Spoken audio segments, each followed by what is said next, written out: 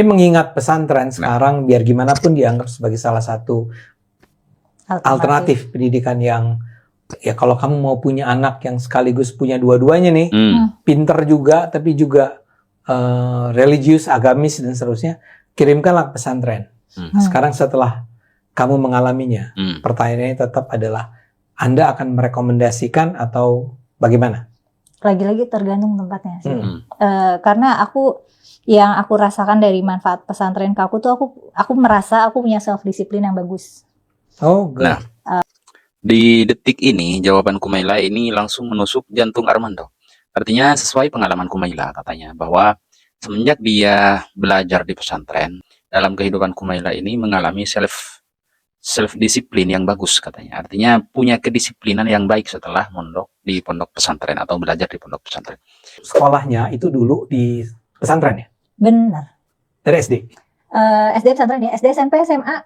Sebenarnya sampai kuliah di pesantren, jadi ada pesantren mahasiswi gitu. Oh gitu, ada ya. Ya itu buat saya menarik ya, mengingat cara pandang kamu tentang agama yang sangat skeptis itu ya. Tapi sekarang kita kembali ke pesantren dulu deh ya. Dari pandanganmu ya, setelah kamu menjalani pendidikan pesantren sekian lama, kalau sekarang orang bertanya tentang layak nggak sih sekolah di pesantren gitu misalnya, atau apakah para orang tua memang sebaiknya menyekolahkan anak-anaknya di pesantren, apakah Anda merekomendasikan pesantren sebagai pilihan sekolah? Anda akan menjawab apa? Tergantung. Mungkin faktor pertama keamanan, kualitas pembelajaran, dan ketiga feodalismenya ini. Apakah pesantrennya dipimpin oleh habib, kiai, atau memang mereka profesional gitu? Okay. Ada pemimpin pondoknya tuh fungsinya ya sebagai administratif kayak kepala sekolah gitu. Memang profesional. Karena pesantren itu sangat beragam ya. Sangat beragam, betul. Okay. Ada kan pesantren yang modern, ada pesantren yang tradisional. Kebetulan aku pernah ada di dua-duanya. Jadi kalau waktu SD tuh aku di pesantren modern gitu yang banyak anak-anaknya. SMP sama lanjut di situ. Nah, pas lulus SMP ke SMA tuh aku nggak langsung lulus SMP aku nggak langsung masuk SMA. Aku ke pesantren tradisional dulu. Jadi aku istilahnya itu tabarukan ya. Kan aku hafal Quran, ibuku pengen aku berguru ke teman-temannya atau gurunya dulu gitu. Jadi aku baca Quran dulu di depan gurunya, pindah ke pondok lain gitu. Assalamualaikum warahmatullahi wabarakatuh. Alhamdulillah pada kesempatan kali ini berjumpa kembali dengan para teman-teman sekalian dimanapun berada. Semoga dalam keadaan sehat walafiat, dimudahkan segala urusannya, dilancarkan rezekinya, amin ya rabbal alamin. Pada video kali ini saya akan mereaksi dan menanggapi videonya Armando, lagi-lagi bersama Kumaila, yang mana dalam pembahasan Armando sama Kumaila ini mereka berdua membahas tentang pesantren. Yang mana Kumaila pernah mengklaim bahwa dirinya pernah mondok di pesantren dan Armando meminta untuk menceritakan tentang masalah pesantren. Harapannya sangat tinggi sekali. Armando ini berharap mau menjatuhkan pesantren, namun apalah daya, ketika diceritakan, dijelaskan secara detail oleh Kumaila ini, ternyata pesantren itu luar biasa. Artinya Armando walaupun digiring sedemikian rupa, seakan-akan mau menjelekkan pesantren, bukan seakan-akan, tapi memang iya, tujuannya ke sana, arahnya ke sana untuk menjelekkan atau menjatuhkan pesantren. Namun pada akhirnya berujung kecewa Armando, karena jawaban Kumaila ini ya mungkin sesuai pengalaman dia ya saat mondok di pesantren. Kita tonton videonya biar kita saksikan bersama.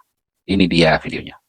Ini mengingat pesantren sekarang biar gimana pun dianggap sebagai salah satu alternatif pendidikan yang ya kalau kamu mau punya anak yang sekaligus punya dua-duanya nih, pinter juga tapi juga religius, agamis dan seterusnya, kirimkanlah ke pesantren.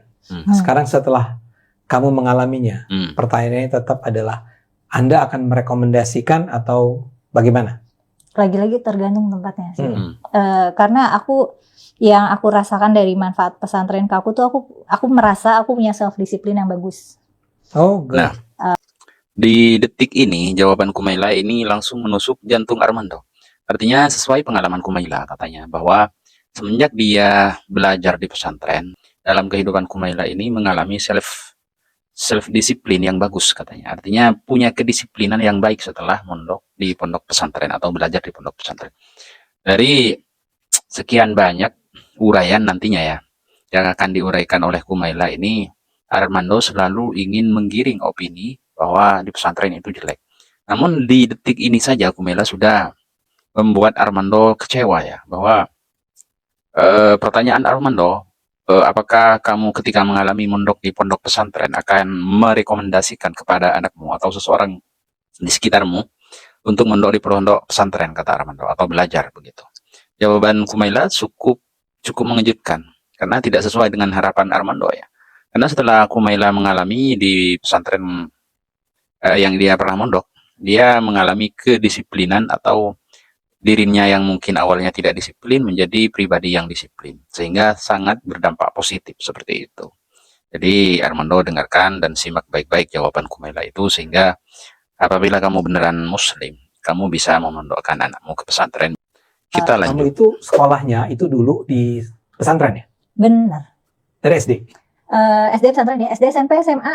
Saya sebenarnya sampai kuliah di pesantren, jadi ada pesantren mahasiswi gitu. Oh gitu, ada ya. Ya itu buat saya menarik ya, mengingat cara pandang kamu tentang agama yang sangat skeptis itu ya. Tapi sekarang kita kembali ke pesantren dulu deh ya.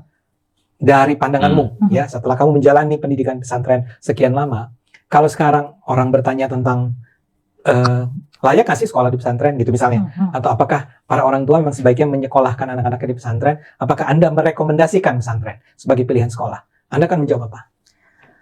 Tergantung. Mungkin faktor pertama keamanan, Tergantung. kualitas pembelajaran, dan ketiga feodalismenya ini. Apakah pesantrennya dipimpin oleh habib, kiai, atau memang mereka profesional gitu? Oke. Ada pemimpin pondoknya tuh fungsinya ya sebagai administratif kayak kepala sekolah gitu. Memang profesional. Karena pesantren itu sangat beragam ya. Sangat beragam, betul. Oke. Ada kan pesantren yang modern, ada pesantren yang tradisional. Kebetulan aku pernah ada di dua-duanya. Jadi kalau waktu SD tuh aku di pesantren modern gitu yang banyak anak-anaknya. SMP sama, lanjut di situ. Nah, pas lulus SMP ke SMA tuh aku nggak langsung lulus SMP, aku nggak langsung masuk SMA. Aku ke pesantren tradisional dulu. Jadi aku istilahnya itu tabarukan ya. Kan aku hafal Quran, ibuku pengen aku berguru ke teman-temannya atau gurunya dulu gitu. Jadi aku baca Quran dulu di depan gurunya, pindah ke pondok lain gitu. Nah, Tapi SMA-nya jadi modern atau tradisional? SMA-nya balik lagi pesantren, tapi di Oke. pesantren yang ada program akselerasi gitu. Jadi Oke. aku SMA cuma 2 tahun. Nah ini buat penonton kita nih, kami yang mungkin juga nggak terlalu kenal tentang pesantren. Tadi Anda menyebut nih, ada pesantren modern, ada pesantren tradisional. Itu bedanya apa tuh? Kalau pesantren modern ada sekolah formalnya. Kalau misalnya pesantren tradisional, anak-anaknya boleh sekolah, tapi berarti sekolahnya di luar kompleks pesantren.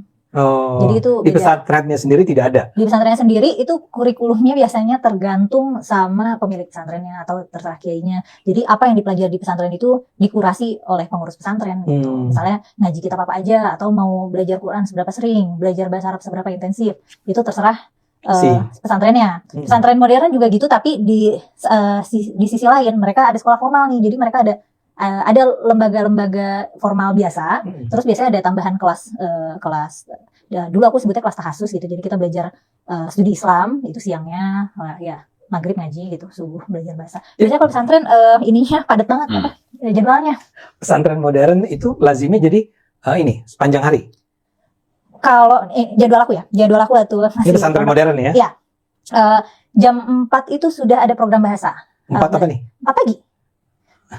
Jadi ya belajar bahasa Arab atau bahasa Inggris, habis itu sholat subuh, Jadi sebelum sholat subuh ya? Iya. Tadi saya baru aja mau tanya, lo kan subuh itu sekitar 4:30 lah gitu ya? Sebelum Tapi belajar dulu. Jadi emang tinggalnya di sana? Tinggalnya di sana. Jadi Oke. komplek asrama, komplek sekolah di situ. Emang asrama kan. Iya. Dan biasanya pesantren itu terisolasi. Jadi santri-santri sangat dibatasi untuk pergi keluar.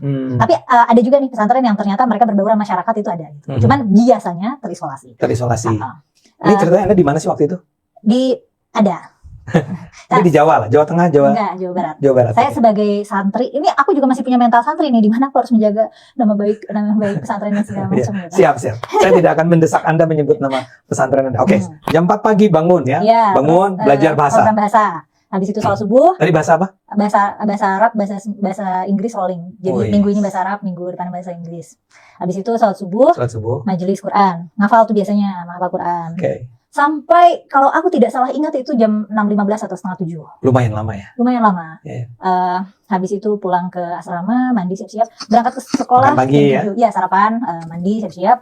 Jam 7 udah masuk sekolah formal. Dan itu dan itu strict banget ya. Maksudnya pesantren itu disiplin banget. Kalau terlambat kan nanti gerbangnya ditutup, suka ada hukumannya gitu. Kalau terlambat. Misalnya hukumannya ya squat jam, lari, jalan jongkok kayak gitu, push up. Kamu termasuk tergolong orang yang sering, jarang, tidak pernah terlambat? Sering terlambat. Tapi kebetulan yang sering terlambat itu aku, dan biasanya kebanyakan anak laki-laki yang dikenal nakal. Jadi kalau misalnya nanti guru yang itunya bilang, ayo semuanya squat jam, nanti aku biasanya diem aja. Terus karena aku kan pakai rok panjang yang lebar ya, maksudnya Iya, iya. aku nggak pede untuk bergerak aktif. Terus nanti kayak kenapa kan nggak sekolahnya? Nggak mau pak. Aku mikirnya nanti rok aku kotor, nanti aku berkeringat, nanti apa gitu. Tapi nggak dipaksa biasanya sama gurunya. Karena perempuan. Kayaknya karena perempuan, atau kadang-kadang ada guru aku yang lewat gitu. Mela ngapain masih di luar gerbang? Udah pak, biarin Mela masuk. Kayaknya itu Karena kamu hafiz kali ya? mungkin karena aku murid berprestasi kayaknya. Oh iya, iya, iya.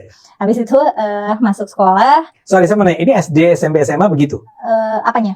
Polanya Iya. di asrama jam 4 pagi, bla bla bla. Cuman kalau anak SD ada jam tidur siang. Oke. Kalau anak SMP SMA pas anak SD tidur siang kita ngaji kitab. Oke, itu SMP, SMP SMA. SMA. Oke, Sorenya kembali dulu yang tadi dulu. Jadi jam 7 pagi mulai pendidikan Mulai umum atau pendidikan pendidikan agama? pendidikan sekolah biasa SD Oh, SMP sekolah SMA. biasa. Jadi belajar semua pelajaran Belajar, yang ada di kurikulum. Benar, kurikulum yang terstandarisasi. Iya, iya. Nah biasanya di pesantren modern itu mereka kurikulumnya ya entah ngikutin kurikulum yang direkomendasikan, atau di pesantren juga bisa tuh misalnya pengen pakai kurikulum internasional gitu. Iya, iya, Sekolah iya. formal itu bisa. juga. Oke. Itu sampai jam Sampai jam 12, sampai jam zuhur. zuhur. Terus nanti 1:30 masuk lagi tuh kan sekolah siang kan, kita belajar agama. Oh, belajar agamanya 1:30. Habis itu ya pelajaran-pelajaran yang berkaitan sama studi agama. Habis itu sampai jam 4 sore. Nah sore itu waktu luang. Jadi yang mau olahraga, main-main, jajan-jajan. Pacaran. Nggak boleh. Oh, nggak boleh.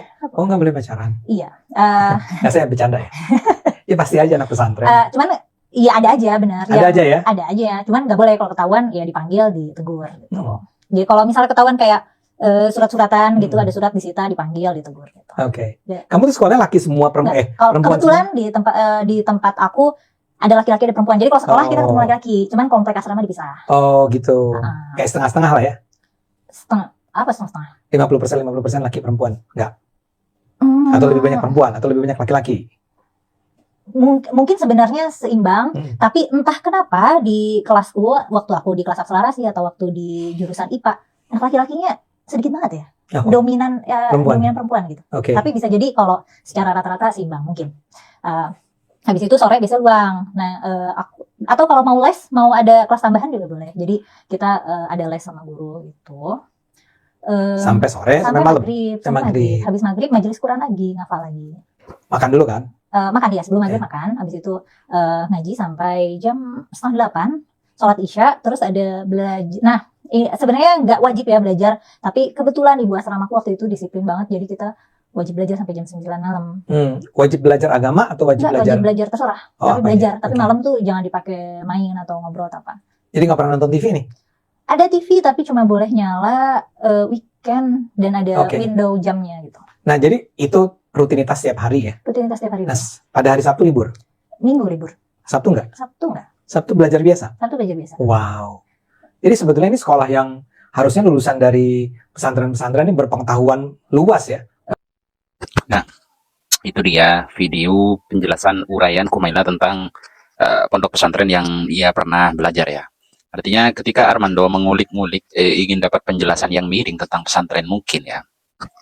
Tapi di sini berujung tidak sesuai dengan harapan Armando yang lagi-lagi ingin menyudutkan atau menjelekkan citra pondok pesantren di Indonesia. Nah, kenapa ya? Memang dari dulu nada dia atau gaya dia memang menjelekkan Islam atau hal-hal yang berkaitan dengan agama Islam, baik sistem pembelajarannya dan seterusnya. Nah, dari sini Armando itu bertanya sedetail mungkin dan diceritakan sedetail mungkin oleh Kumaila bahwasanya Kumaila itu kegiatannya di pondok pesantren dari jam 4 pagi sebelum sholat subuh. Dia itu sudah mulai belajar bahasa. Bahasa yang dipelajari bahasa Inggris dan bahasa Arab di rolling setiap minggu katanya. Setelah itu sholat subuh berjamaah. Setelah sholat subuh berjamaah yaitu mengaji atau menghafal Al-Quran sampai sekitar jam 6:30 atau jam 6:30 lah. Setelah itu mandi atau makan dan berangkat sekolah. Nah, di sekolah pun aturannya begitu disiplin. Artinya kalau terlambat ditutup gerbangnya. Dan ini sesuai ya dengan sekolah-sekolah negeri. Biasanya kalau sekolah negeri yang memang ketat ataupun kedisiplinannya begitu tinggi ya sama. Artinya ketika ada siswa yang terlambat ataupun sudah waktu masuk, misalkan jam 7:30 sudah waktu masuk atau bel sudah berbunyi, tentu pintu gerbangnya ditutup. Dan apabila mau masuk ya tentu dikasih hukuman. Nah, ini sama dengan yang di pondok pesantrennya Kumaila yang diceritakan tadi. Artinya tidak ada hal-hal yang menyimpang di dalam ini yang mungkin diharapkan ada penyimpangan begitu secara hukuman atau apapun. Kata Kumaila, apabila ada yang terlambat itu dikasih hukuman skor jam atau push up dan terusnya. Namun Kumaila itu kadang diam saja, tidak ini walaupun terlambat, kata Kumaila, dan tidak dipaksakan sama pengurusnya. Harapan Armando lagi-lagi pupus untuk menjelekkan pesantren karena di sini tidak ada celah untuk menjelekkan. Selanjutnya setelah pulang sekolah, sholat duhur, karena sampai jam 12 ini seperti biasa, seperti sekolah-sekolah di luar ya. Dan pada umumnya begitu. Lagi-lagi Armando ini gagal dalam untuk menjelekkan citra pesantren di situ. Dan sampai seterusnya sampai maghrib belajar. Setelah itu sampai jam setengah 8 sholat isya, habis itu belajar dan tidak wajib belajarnya. Ini program di pondok pesantrennya Kumaila. Namun tanggapan Armando di situ mengagumkan ya. Harusnya output atau keluaran pondok pesantren itu menjadi seseorang yang pintar dan agamis, kata Armando. Ya memang begitu faktanya, walaupun ada beberapa orang. Nah, dan begitu pun juga di sekolah luaran sana, walaupun sekolahnya yang internasional ataupun yang bagus, tentu tidak semua siswa akan menjadi orang yang misalkan menjadi orang yang punya jabatan tinggi atau apapun itu. Tidak semua akan begitu. Artinya dari semua siswa ada yang unggul, ada yang tidak begitu. Dimanapun itu, baik di ruang lingkup sekolah ataupun di ruang lingkup masyarakat sosial. Kan seperti itu. Cukup sekian tanggapan dari saya. Semoga Armando segera sadar dan tidak selalu mencari celah untuk menjelekkan citra pesantren ataupun agama Islam.